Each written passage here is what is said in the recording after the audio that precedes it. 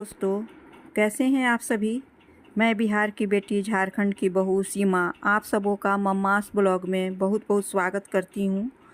दोस्तों, अक्षय नवमी कब है 2024 में, और इसकी शुभ मुहूर्त क्या है, इसमें शुभ योग भी बन रहे हैं, इसका महत्व क्या है, तो सभी बातें, इसकी व्रत कथा, सभी बातें आप लोगों के साथ शेयर करूंगी। तो आइए जानते हैं।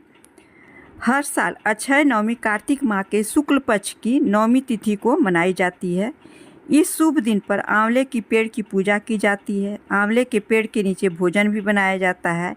इस भोजन को सबसे पहले भगवान विष्णु और महादेव को अर्पित किया जाता है। सनातन धर्म ग्रंथों से पता चलता है कि लक्ष्मी जी ने सबसे पहले आंवले की पेड़ की पूजा की थी। पेड़ के नीचे भोजन बनाकर उन्होंने भगवान विष्णु और महादेव को खिलाया था। तब से हर साल कार्तिक माह के शुक्ल पक्ष की नवमी को अक्षय नवमी मनाई जाती है। इस शुभ दिन पर आंवले की पेड़ की पूजा करने से सुख समृद्धि में वृद्धि होती है। अक्षय नवमी, जिसे आंवला नवमी भी कहा जाता है, का हिंदू धर्म में विशेष महत्व है। इस दिन भगवान विष्णु के साथ आंवले के बीज की पूजा करने से अक्षय पुण्य की प्राप्ति होती है। आंवला एक पवित्र फल माना जाता है। मान्यताओं के अनुसार आंवले के पेड़ को साक्षात भगवान विष्णु का स्वरूप माना गया है। अक्षय नवमी का महत्व। धार्मिक मान्यताओं के अनुसार अक्षय नवमी के दिन आंवले के पेड़ से अमृत की वर्षा होती है। इसलिए इस दिन आंवले की पेड़ की पूजा की जाती है और पेड़ के नीचे भोजन पकाया जाता है और संगी साथियों परिजनों के साथ मिलकर खाया जाता है। मान्यता है कि इस दिन आंवले के पेड़ और विष्णु जी की पूजा करने से जीवन के समस्त दुखों से छुटकारा मिलता है और मनचाही मुरादें पूरी होती हैं। अक्षय नवमी की तिथि जानते हैं। कार्तिक माह के शुक्ल पक्ष की नवमी तिथि का आरंभ 9 नवंबर रात्रि को 10:45 पर शुरू होगा और कार्तिक माह के शुक्ल पक्ष की नवमी तिथि का समापन 10 नवंबर रात्रि 9:01 पर होगा। उदया तिथि के अनुसार 10 नवंबर को अक्षय नवमी मनाई जाएगी। इस दिन महिलाएं व्रत रखती हैं। अक्षय नवमी में बहुत ही शुभ योग बन रहा है। ज्योतिषियों की माने तो आंवला नवमी पर दुर्लभ ध्रुव योग का निर्माण हो रहा है।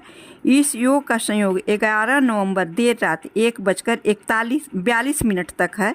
साधक प्रदोष काल में यानी सूर्यास्त के बाद विधि पूर्वक आंवला पेड़ की पूजा कर सकते हैं। इस अवसर पर रवि योग का भी निर्माण हो रहा है। इसके अलावा नवमी तिथि के तक दुर्लभ शिवास योग का भी संयोग बन रहा है। इस योग में आंवला पेड़ की पूजा करने से सुख और सौभाग्य में वृद्धि होती है। अक्षय नवमी की पूजा विधि। प्रातःकाल जल्दी उठकर ब्रह्म मुहूर्त में उठकर स्नान आदि से निवृत्त होकर व्रत का संकल्प लें। सबसे पहले संकल्प ही लिया जाता है। इसके बाद आंवले के वृक्ष पर गंगाजल चढ़ाएं, रोली, चंदन, पुष्प आदि से श्रृंगार करें। इसके बाद आंवले के पेड़ के नीचे घी का दिया जलाएं।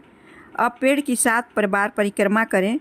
परिक्रमा के बाद आंवले के पेड़ के नीचे फल, मिठाई आदि का भोग अर्पित करें। अक्षय नवमी के दिन विशेष रूप से भगवान विष्णु और माता लक्ष्मी की पूजा की जाती है, इसलिए उनकी भी पूजा अर्चना अवश्य करें।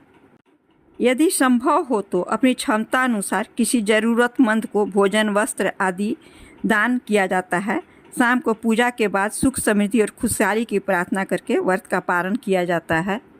कोई भी पूजा में व्रत का कथा का बहुत ही महत्व होता है। तो कोई भी पूजा करने के बाद कथा अवश्य सुननी चाहिए और पूरी कथा सुननी चाहिए। आधी अधूरी कथा कभी भी नहीं सुननी चाहिए। तो आइए इसकी जो प्रसिद्ध पौराणिक कथा है वो भी आप लोगों के साथ शेयर कर रही हूँ। काशी नगरी में एक निसंतान धर्मात्मा वैश्य रहता था। एक दिन वैश्य की पत्नी से एक पड़ोसन बोली थी, यदि तुम किसी पराये लड़के की बलि भैरव के नाम से चढ़ा दो तो तुम्हें पुत्र प्राप्त होगा।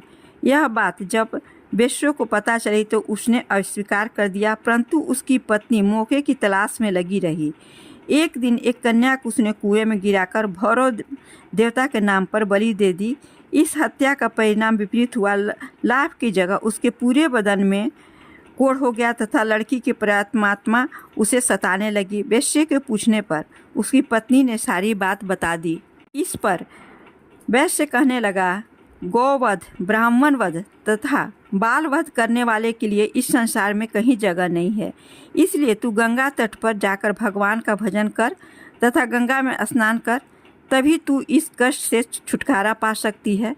वैश्य की पत्नी पश्चाताप करने लगी और रोग मुक्त होने के लिए माँ गंगा की शरण में गई।